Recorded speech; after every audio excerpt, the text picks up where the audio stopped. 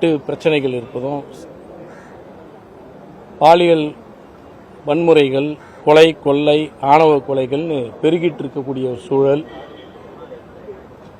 இவ்வளோ மோசமான ஒரு ஆட்சியா என்று எல்லாரும் விமர்சிக்கக்கூடிய அளவிற்கு எதிர்க்கட்சிகள் கேள்வி கேட்கக்கூடிய வகையில் மக்கள் கேள்வி கேட்கக்கூடிய சூழல், இதையெல்லாம் திசை திருப்புகிற வகையில் இன்றைக்கு கூட முன்னாள் அமைச்சர் அண்ணன் அனிதா ராதாகிருஷ்ணன் அவர்கள் கைது செய்யப்பட்டிருக்கிறார். இப்படிப்பட்ட பிரச்சனைகளை நாம் பார்க்க முடியுது.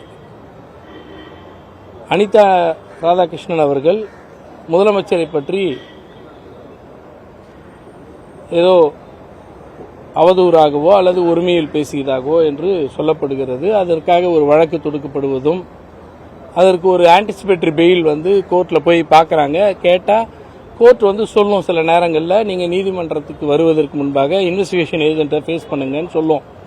ஆனால் அப்படிப்பட்ட சூழல்களில் சொன்னால் கூட ஒரு குறிப்பிட்ட நாட்கள் விட்டு பேசுவாங்க, விசாரிப்பாங்கன்றது போய் இன்னைக்கு என்ன நிலவரம்னா, அறிவிச்சு 1 மணி நேரத்துக்குள்ளார அவரை கைது செய்யக்கூடிய அளவுக்கு, இழுத்துட்டு செல்லக்கூடிய அளவிற்கு மிக மோசமான ஒரு அணுகுமுறையை நடிகர் விஜய் முதலமைச்சராய் பொறுப்பேற்றதிலிருந்து நடந்து கொண்டிருக்கக்கூடிய நாடகங்கள், அத்துமீறல்கள், அராஜகங்கள், ஆட்சியை வைத்து எதிர்க்கட்சிகளை முடக்கி போடலாமா, வழக்குகள் போடலாமா, போய் அவதூறுகளை பரப்பலாமான்னு தான் இன்னைக்கு ஆட்சி நடந்துட்டு இருக்கு.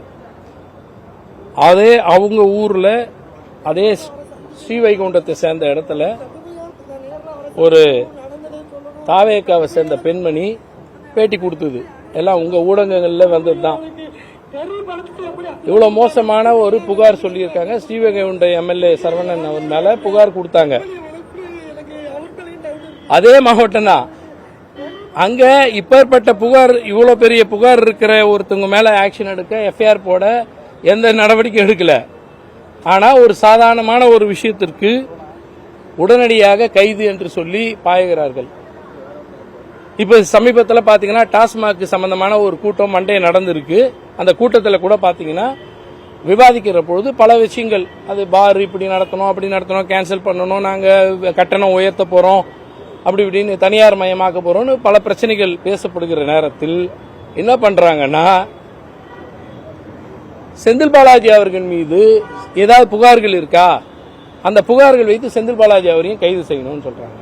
இதுக்கு பின்னாடி ஒளிந்து இருக்கக்கூடிய சூழல் என்னன்னா, அனிதா அண்ணாச்சியை கைது செய்தா அம்பாசமுத்திரத்தில் வரக்கூடிய இடைத்தேர்தலுக்கு ஆள் இல்லாம ஆக்கிடலாம். செந்தில் பாலாஜி அவர்களை கைது செய்தோம்னா கரூருக்கும் பெருந்துறைக்கும் தேர்தலில் வேலை செய்யாம ஆக்கிடலாம், தாராபுரத்துக்கும். எப்படிப்பட்ட ஒரு சதி திட்டத்தை மட்டுமே செய்து கொண்டிருக்கக்கூடிய வேலையை நாம் பார்த்து கொண்டிருக்கிறோம்.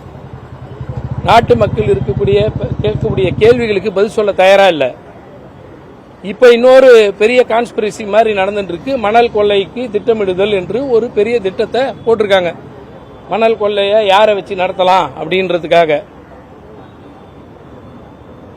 சமீபத்தில் பாத்தீங்கன்னா உங்களுக்கு தெரியும், அதே போல நம்ம ஒன்றிய பாஜக அரசு சொன்னதன் பேர்ல அணுக்கு அனிமம் கன்னியாகுமரி டிஸ்ட்ரிக்ட்ல எடுக்கலாம்னு சொல்லிட்டு அதுக்கான ஒரு உத்தரவையும் போடப்பட்டிருக்கு. இதை பத்தி எல்லாம் பேசவே இல்லை, கேட்கவே இல்லை. எதிர்கட்சிகள் அதை பற்றி கேள்வி கேட்டால் அதை திசை திருப்புதல், அதுக்கு பதில் அளிப்பது இல்லை, அவதூறு பேசுது, அவங்க மேலே போய் பேசுறது. இந்த அரசு பொறுப்பேற்கிறதுக்கு முன்னாடி தொடங்கினது, அதாவது 107 எம்எல்ஏக்களோட தான் இருக்கிறாங்கன்னு போது ஆட்சி அமைக்கிறதுக்கு மெஜாரிட்டி வேணும்னு ஆளுநர் கேட்ட அன்னியில தொடங்கினாரு குதிரை பேரத்தை நடிகர் விஜய் அவர்கள்.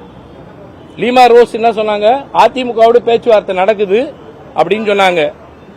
அதிமுகவோட என்ன அவங்க டிமாண்ட் வச்சாங்களோ தெரியாது. அதுல இருக்கிற ஒரு பிரிவு எங்களுக்கு அமைச்சர் வந்தா போதும், ஒரு 8 அமைச்சர் 10 அமைச்சர்னு கேட்டாங்களான்னு தெரியல. உடனே அந்த கூட்டணி விரிவுனாங்க, பிரிஞ்சுதுனாங்க, ஏதோ ஒன்று நடந்தது. மாறாக என்ன நடந்ததுன்னா, திமுக கூட்டணியில் வெற்றி பெற்றவர்கள்லாம் அங்கே போனாங்க, கூட்டணி சேர்ந்து ஆதரவு தெரிவிக்கிறோம், நாங்க ஆட்சி அமைக்கிறதுக்கு வாய்ப்பு கொடுத்தார் ஆளுநர். ஆட்சி அமைத்த பிறகு சட்டமன்றத்தில் பதவியேற்பு நடக்குது. முன்னாள் முதலமைச்சர் எங்களுடைய கழக தலைவர் அவரை வீட்டில் சந்திக்க போறாங்கன்னு சொல்லிட்டு சட்டமன்றத்தில் நேரா போய் சந்திச்சாரு.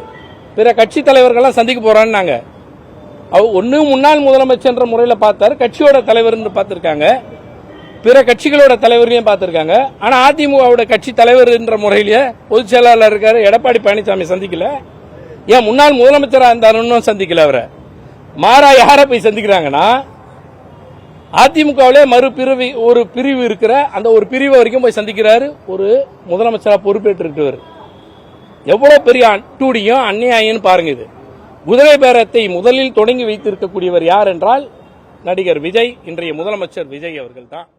பிளே ஸ்டோர் மற்றும் ஆப் ஸ்டோரில் இருந்து பாலிமர் செயலியை QR கோடு மூலம் பதிவிறக்கம் செய்யுங்கள். செய்திகளை உடனுக்குடன் பெறுங்கள்.